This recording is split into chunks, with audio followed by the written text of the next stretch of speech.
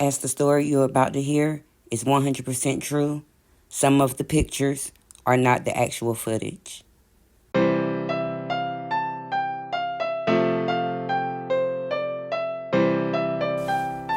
Thank you for tuning into my channel, Opinionated News. I'm Miss Open, your Atlanta Street Sector news reporter. As today is Sunday, I'm here to offer a little inspiration. I want to tell you a story about how I survived being hit by a drunk driver. Who would ever think that they would get hit by a drunk driver while sitting on the porch?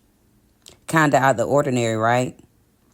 Well, in this world, what's supposed to be ordinary sometimes becomes extraordinary. Let me take you back down memory lane. The year 1991. I'm 8 years old. I live with my newly single mother and 3 older sisters who are 5, 7, and 9 years older than me. We live in a small town in Georgia called Millen. If it sounds familiar to you, it's because it's the hometown of Country Wayne, a well-known comedian. We had just recently moved from our family home due to the divorce of my parents, and we had to move to a 2-bedroom mobile home across town. Well, it's winter break. Despite the new challenges, Christmas was awesome. We got our first real Christmas tree, and it was filled with presents. The love was present as well. 5 days after Christmas and 2 days before the new year, December 30th, 1991, it's about 4 o'clock in the evening, and it's a nice day for the winter in Georgia. My mom was in the kitchen preparing dinner for the night, which was pepper steak and rice, which I did not like at all. She was also cleaning chitterlings for the New Year's holiday approaching.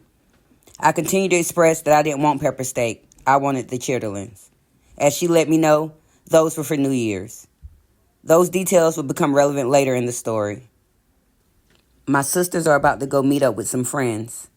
Of course, every little girl wants to do what her sisters are doing. I began to cry as I begged my mom to let me go to my friend's house. Her exact words verbatim were, "You're too little to go with them. Anything can happen." Well, after minutes of falling out and screaming to the top of my lungs, my mom finally gave in. She instructs my sisters to walk me to my best friend's house and for them to pick me up on the way home. They did as they were told and took me to her house. My friend is just a couple of years older than me and lives with her grandmother and her sister, who is a couple of years younger than me. Their home was directly across the street from my old home. It was a corner house. When we arrived, her grandma was on the side of the house chopping wood with one of her neighborhood friends. My friends and I began doing what young girls do. We were running around the yard, playing tag, hide and seek, and playing with the toys on the front porch. After about 30 to 40 minutes of being there, we heard her grandmother yell from the side of the home to go in the house as she seen a car driving crazy on the back of the street. So we listened and began making our way up to the porch to go inside the house. My friend's sister enters the house. My friend makes it in after her. Just as I was opening the door to enter, the inevitable happened. Yes, the car had lost control, jumped the yard, hit the porch, and hit me. The car was filled with 5 young teenage males who had been consuming alcohol and joyriding, as the driver had just made it home for Christmas from the military. The next part of the story is from what I can remember as I was going in and out of consciousness, and from what I've been told. The driver of the vehicle, in disbelief of what had just occurred, picked me up from the wood I had collapsed upon. The grandmother instructed him to put me down. In fear, he dropped me and ran. Millen, Georgia is very small, and at the time, the population was only 3,838 people. The word spread quickly that I was hit by a car. By the time the police and ambulance arrived, my oldest sister was on the scene. I do remember being put in the ambulance, and my sister and a well-known police officer are there with me. I was taken to the local hospital. By the time they got me in, my mom was there. I remember her and her friend running alongside the gurney saying Psalms 23 with me. The Lord is my shepherd. I shall not want. He restores my soul. He guides me in the path of righteousness for his name's sake. Even though I walk through the valley of the shadow of death, I will fear no evil, for you are with me. Your rod and your staff, they comfort me.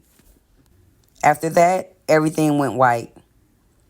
The hospital in Millen, Georgia was not equipped to provide me with the medical attention required, so I was airlifted to the second largest city in Georgia, Augusta. My mom had to provide her own transportation as my conditions was life-threatening.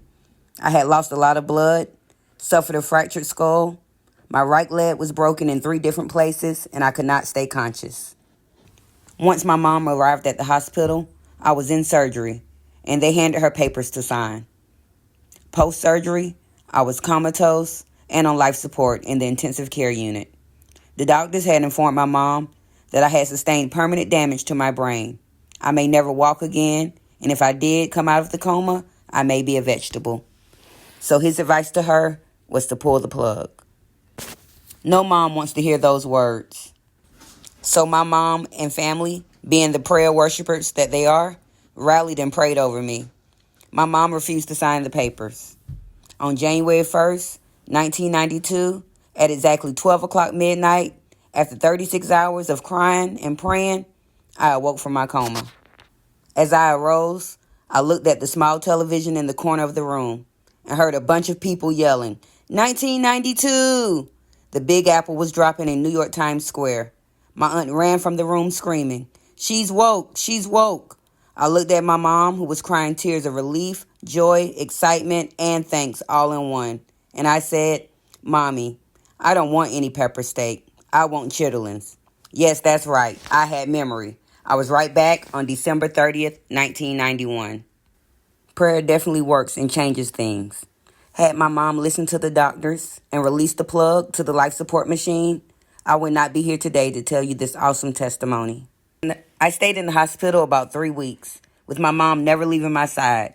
Yet she had to leave her 3 teenage daughters home over 50 miles away while she cared for me. Luckily, she had a village of people to support her in her time of need and sorrow. Leaving the hospital was just the beginning of everything else I would have to endure for the next year, as I did have a skull fracture and all of my precious hair was gone.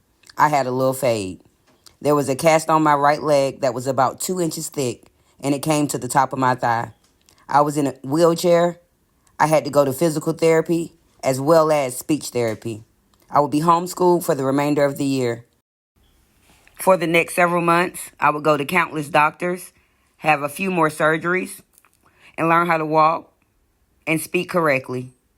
Well, on my 9th birthday, September 15th, 1992, the cast was removed from my leg. I regained full mobility after a few months of therapy. I then became a gifted student, where my brain surgeries must have made me something like a genius. As the struggles were still present in my home life, I would go on and flourish, growing into the woman that I have become today. Strong, wise, resilient, fearless, and a fighter. I hope this testimony reaches someone and lets them know that through prayer and faith, you can change anything. You can overcome any obstacle. To those that drink and drive, think about the lives that you may endanger as you make that decision. To the single mothers who don't know where to find the strength to carry on, just know that prayer changes things. I appreciate each and every one of you for taking the time to listen to my testimony, as I am here because he said I could be. Until next time, I'm Miss Open. Be sure to like the video, subscribe to my YouTube channel, Opinionated News, and hit the push notifications so you don't miss out on the next testimonial Sunday.